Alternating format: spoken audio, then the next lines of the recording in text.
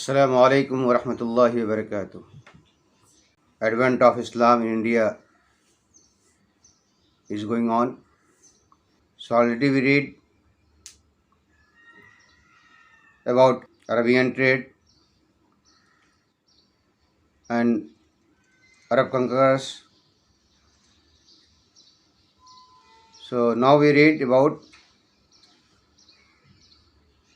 third important route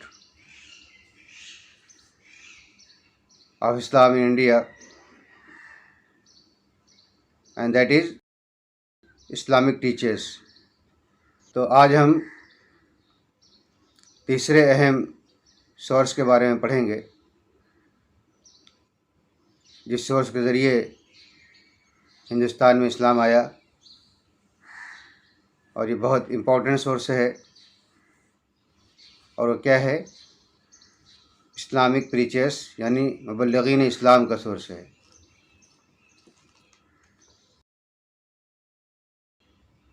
So many elderly preachers of Islam came to India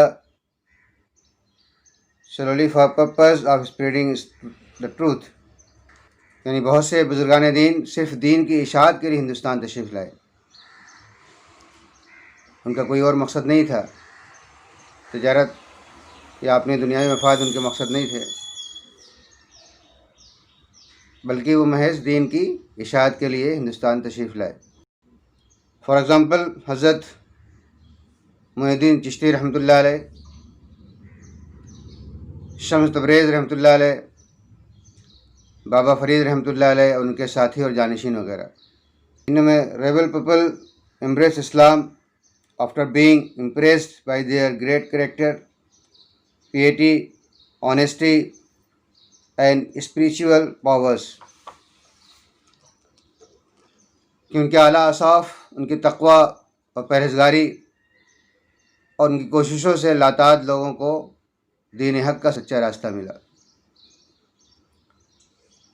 یعنی کیونکہ وہ یہاں پر تبلیغ دین کے لیے، اسلام کی اشاعت کے لیے، اسلام کو پھیلانے کے لیے تشریف لائے تھے، اور خود ان کے اندر اس قدر اعلیٰ صفات، اس قدر ان کا بلند اخلاق تھا، اس قدر ان کا تقوی اور ان کی پرہیزگاری تھی کہ لوگ بہت بڑی تعداد میں، ہزاروں کی تعداد میں لوگوں نے ان کے ہاتھ پر اسلام قبول کیا۔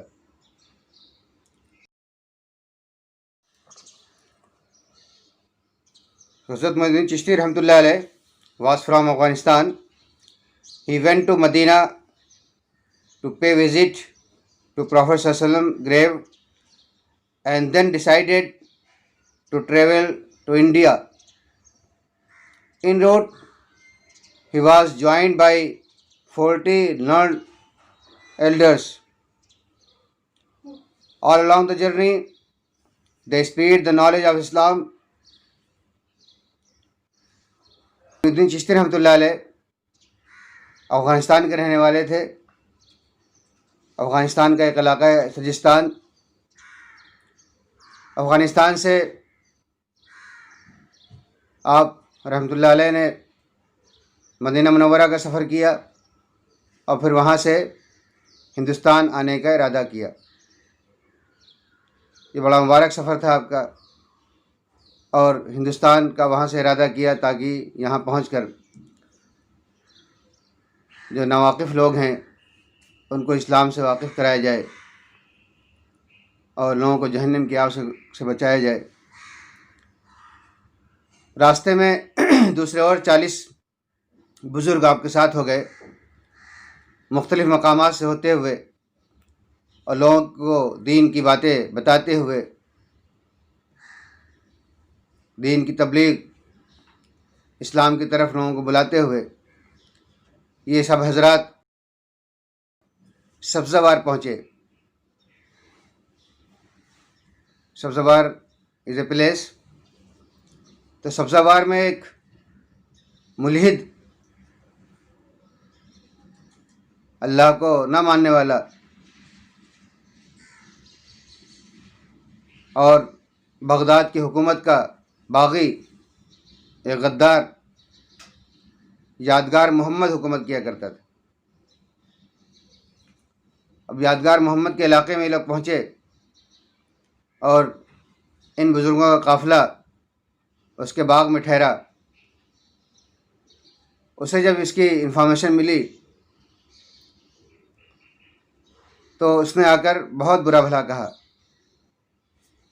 لیکن حضرت معین الدین چشتی رحمۃ اللہ علیہ کے برتاؤ سے، آپ کے بیہیویئر سے بہت متاثر ہوا، اور پھر اس نے تمام برائیوں سے توبہ کر کے نہ صرف یہ کہ آپ کے ہاتھ پر بیعت کر لی، بلکہ حکومت چھوڑ کر دین کی اشاعت کے لیے آپ کے ساتھ ہو گیا۔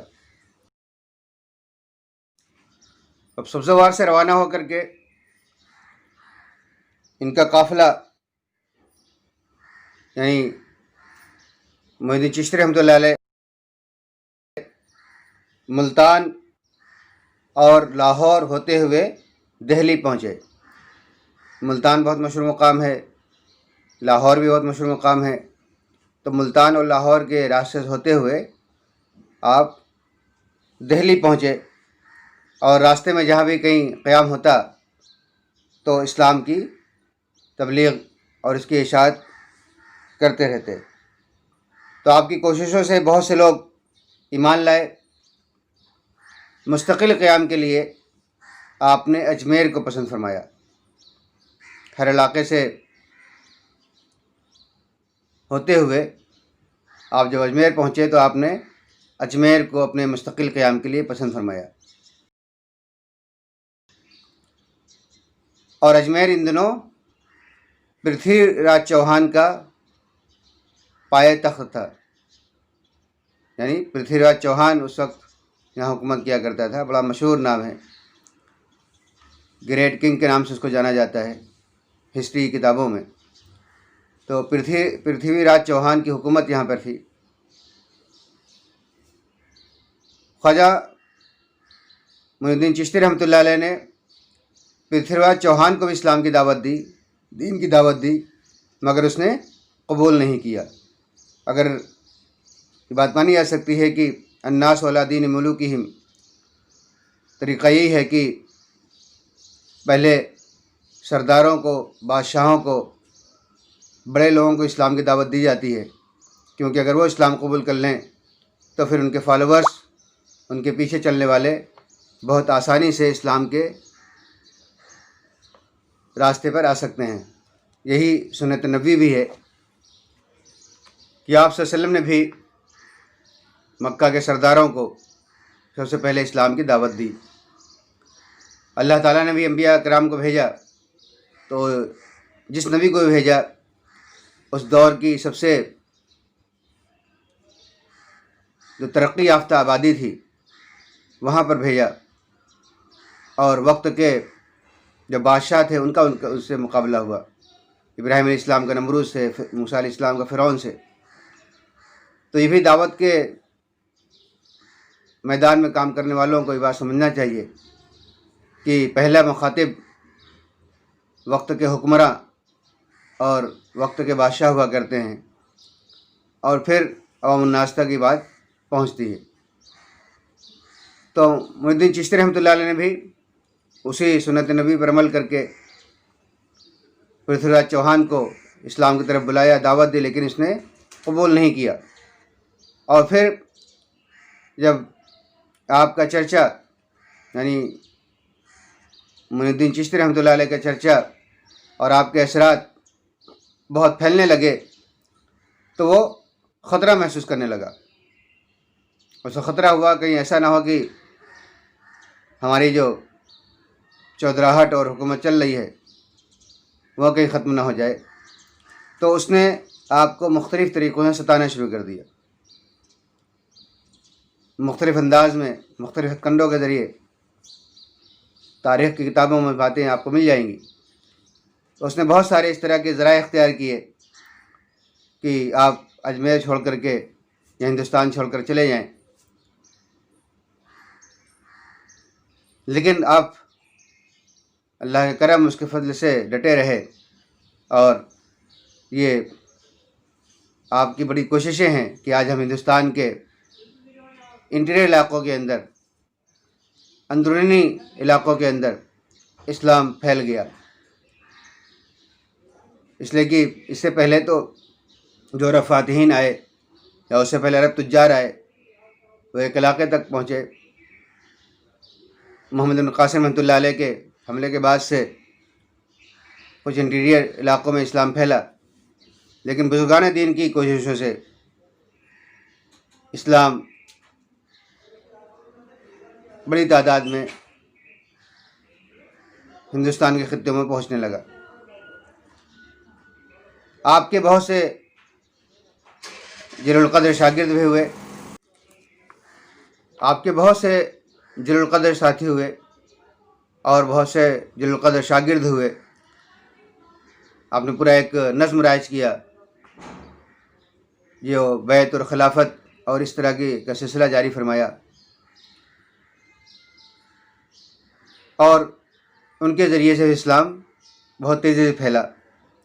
آپ کے مشہور شاگردوں میں جو سب سے زیادہ جو بڑا نام پایا جاتا ہے وہ قطب الدین بختیار کاکی رحمۃ اللہ علیہ کا ہے. اب یہ جو نام یہاں پر لیے گئے ہیں، آپ سب سنتے ہوں گے کہ ان کے مزارات، ان کی قبریں آج مختلف علاقوں میں موجود ہیں. لوگ وہاں زیارت کے لیے جاتے ہیں. بڑا احترام ہندوستان کے مسلمان ان کا کرتے ہیں، اور احترام کرنا بھی چاہیے اس پہلو سے کہ یہ اپنا ملک چھوڑ کر کے آئے اور یہاں پر بے راہ رووں کو سیدھا راہ دکھائی. بلا شبہ لاکھوں لوگ جہنم کی آگ سے بچے. تو ان کا احترام اور ان کی عزت کرنا لازم آتا ہے. ایک پہلو پہ توجہ دینی چاہیے کہ آخر ان بزرگان دین کا ہندوستان آنے کا کیا مقصد تھا. تو جب ہمارے سامنے یہ بات واضح ہو گئی کہ ان کا اصل مقصد یہاں دین کی اشاعت، دین کو پھیلانا تھا، تو اگر واقعتاً ہم ان سے محبت کرتے ہیں، ان کا احترام کرتے ہیں، تو پھر ہمیں ان کے طریقے پر بھی چلنا چاہیے. محض عزت، محض احترام سے وہ مقصد حاصل نہیں ہوتا ہے. ایک مثال سے بات سمجھیے کہ اگر ایک بچہ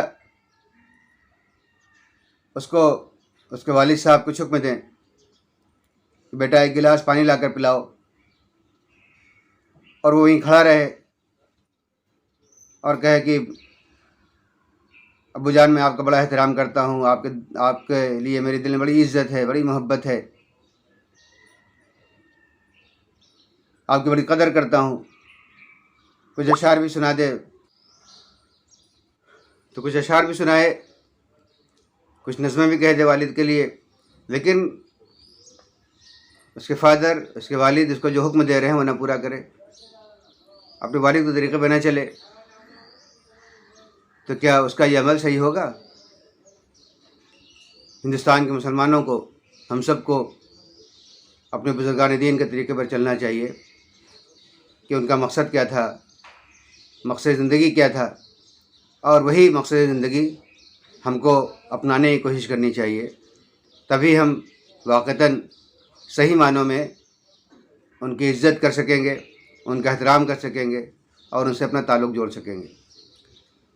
تو یہ تو ہوا تیسرا اہم روٹ ہندوستان میں اسلام کی آمد کا، اور وہ کیا ہے؟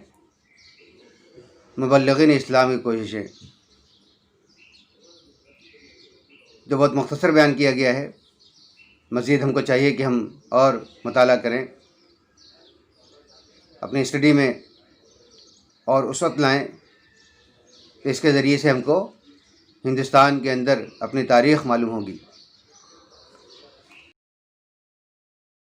وآخر دعواهم أن الحمد لله رب العالمين.